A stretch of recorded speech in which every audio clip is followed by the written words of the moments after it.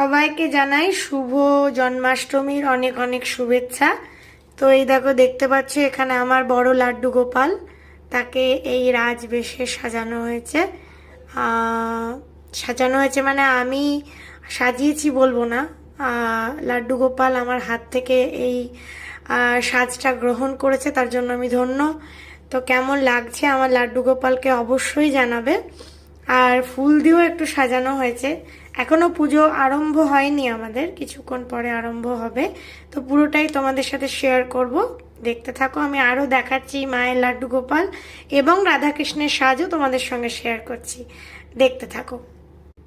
এই হচ্ছে মায়ের ছোট লাড্ডু গোপাল।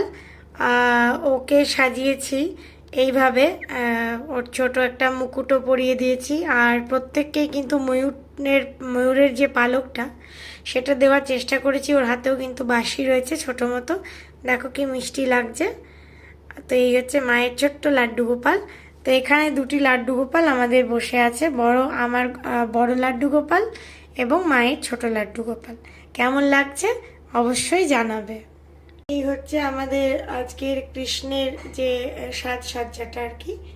তো শ্রীকৃষ্ণ আমার হাত থেকে এইভাবেই সেজেছেন, তো তার জন্য আমি ধন্য। এইভাবে তাকে একটা সাদা মালা দেওয়া হয়েছে, যদিও এটা আসল ফুলের মালা নয়। মুখটা কাছ থেকে দেখিয়ে দিই, আবার আসল ফুলের যে সাজটা সেটা এর পরে হবে, সেটাও তোমাদের সাথে শেয়ার করব।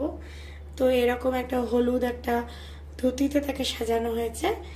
আর এখানে আমাদের রাধারানী পরেছে শাড়ি, আজকে রাধারানীকে শাড়ি পরিয়েছি। এত সুন্দর লাগছে শাড়িটায় রাধারানীকে দেখতে, সত্যি মানে রাধা কৃষ্ণের এই যে জড়ি, মানে এই যে তাদের দেখতে এত সুন্দর লাগছে। দেখো ময়ূরের পালক দিয়ে আমি মুকুটটাও সাজিয়েছি, পাগড়িটা। আর ওনাকে সাজিয়েছি রাধারানীকে সাজিয়েছি একটা মানে রানীর মুকুট দিয়ে। তো অবশ্যই জানাবে, হাতে একটা কৃষ্ণের পালকও দিয়েছি। কেমন হয়েছে শাড়িটা? গতকালকেই কিনে আনা হয়েছে শাড়িটা। আমি শাড়ি অনেক দিন ধরেই খুঁজছিলাম, কিন্তু গতকালকে আমি পেয়ে গেছি। এটা রাধারানীরই একটা ইচ্ছা যে তিনি শাড়ি পরবেন, তো তাই তিনি পরেছেন। তো এই যে আমার রাধারানী মিষ্টি, আর এই যে আমাদের শ্রীকৃষ্ণাজি। পরবর্তী ব্লগ তোমাদের সাথে শেয়ার করব। আপাতত এইটুকু সাজটা পুরোটা শেয়ার করলাম, এবার ফুলের সাজটা তোমাদের সাথে শেয়ার করব।